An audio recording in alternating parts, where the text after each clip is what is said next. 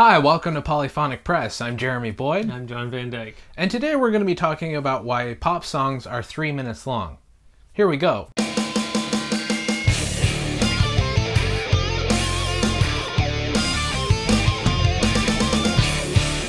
Alright, so if you listen to Top 40, which I'm guessing not a lot of you probably are if you're following this channel, but if you do, you probably noticed that the top 10 or most of the songs anyway, come between 3 and 4 minutes long. And there's actually a historical reason as to why that is happening. And it's been happening since the early part of the 20th century, first part of the 20th century, although there was a part in between like 64, 65 and like 1980 when there were quite a number of longer songs being played. That was mostly because of prog rock. Yeah. So, but psychedelic rock, prog rock. Yeah. So the reason is back in like the early 1900s, you had to technology would only allow you to have a song that was maximum 3 minutes and 15 seconds long because they were only available on 78 RPM 10-inch records. And so if it went any longer, the sound quality would diminish and simply wouldn't be able to play on radio. And if you have heard a 78 record, the sound quality isn't exactly great to begin with. So if you can imagine a lesser quality than that is, it would be almost unrecognizable. You wouldn't even be able to tell what song was being played.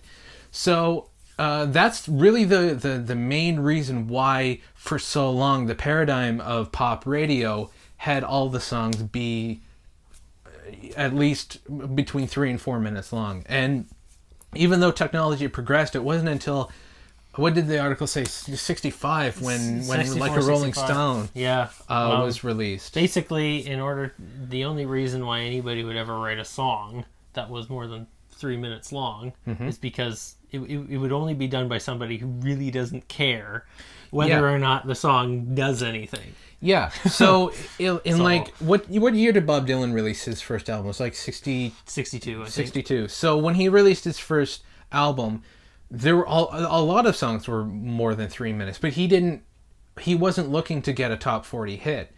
No, he got most of folk artists for the most part, as it was even saying. Yeah. Is that in college towns they wanted full length albums. They would buy full 33 1/3 RPM. Yeah, and that's 12-inch. That when FM radio first started, that's all they played was albums, and because the sound quality, frequency modulation, the technology allowed for it. You could actually, it sounded good. So they would, and there wasn't any regulations on FM radio. No. So, like there are now.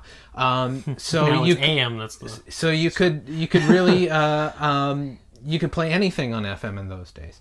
So they would play an entire side of an album, and that's really where bands like, if you think about the '60s, the alternative music became really popular because of FM radio.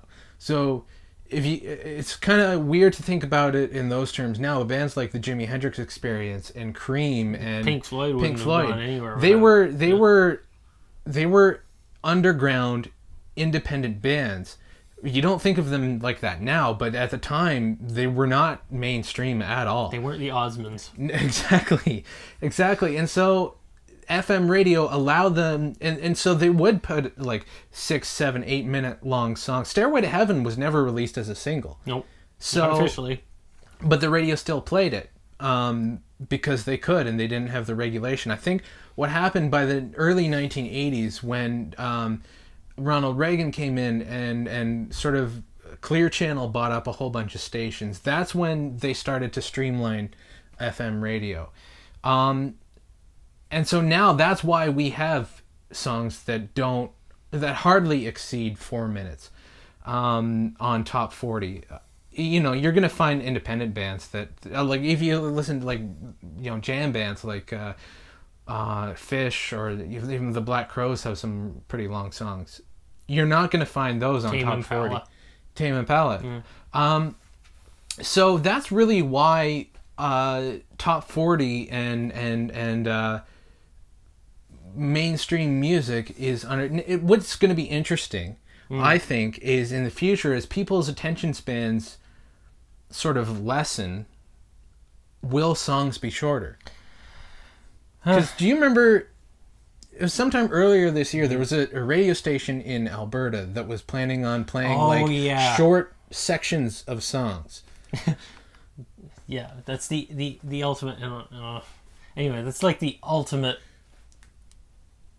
expression of commercial radio. It's just pump them out. You know, it's not even pretending that the song is even remotely important. I bet they play the whole commercial, but they won't play the whole song. Exactly. I mean, yeah. So it'll be interesting to see the future, whether it's going to continue down that path or if it's just going to crumble at some point. Because of the internet, because of YouTube and SoundCloud, we've said this many times before, because of the internet, less people are listening to top 40 less and less, and they're discovering their own music. So it's going to be an interesting...